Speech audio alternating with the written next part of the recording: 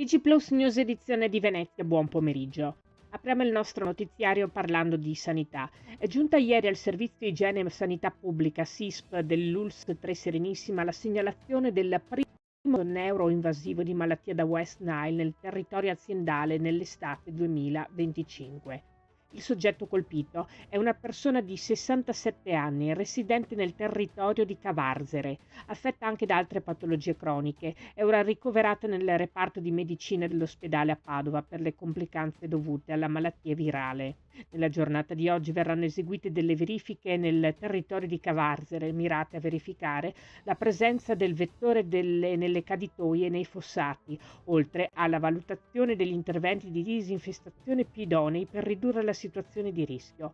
Per ulteriori informazioni su come proteggersi dai vettori è possibile consultare il sito dell'ULSS 3 Serenissima o il sito della Regione Veneto. Passiamo alla cronaca. Nella mattinata del 21 luglio i carabinieri di Mogliano Veneto hanno denunciato in stato di libertà un 42enne di Venezia con precedenti di polizia ritenuto responsabile di 5 furti consumati presso luoghi di culto del territorio. L'uomo è stato fermato nella tarda mattinata del giorno precedente, 20 luglio, nei pressi del santuario Santa Maria delle Grazie di Preganziol, dove era stato notato aggirarsi con atteggiamento sospetto. Sottoposto a perquisizione personale, è stato trovato in possesso di 2 grossi cacciaviti, una chiave inglese regolabile e di alcune monete appena sottratte dalla cassetta delle offerte del santuario. Gli attrezzi da scasso sono stati sottoposti a sequestro. Gli ulteriori approfondimenti investigativi hanno consentito di attribuire al medesimo soggetto anche altri 4 episodi di furto verificatisi nei mesi di maggio e giugno 2025 all'interno della chiesa parrocchiale di Preganzioli in via Roma 37, dove l'uomo si era introdotto per sottrarre denaro dalle cassette delle offerte.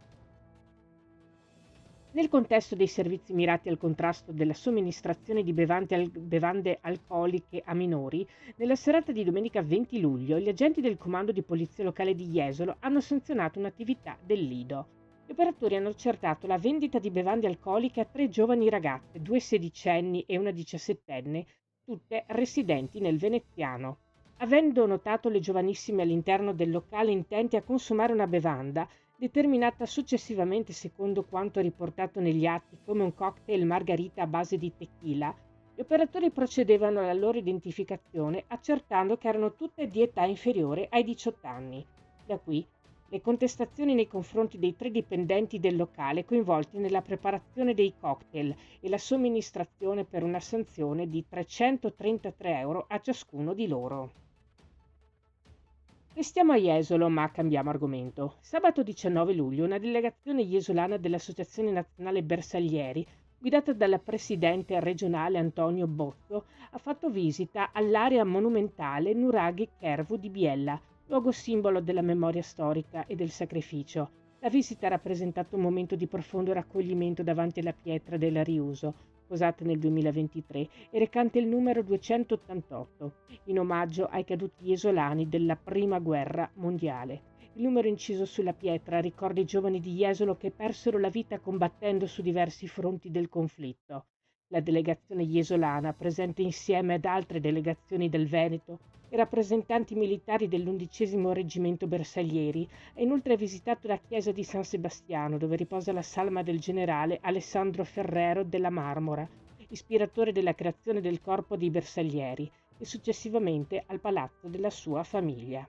Questa era la nostra ultima notizia. Grazie per essere stati con noi. Arrivederci.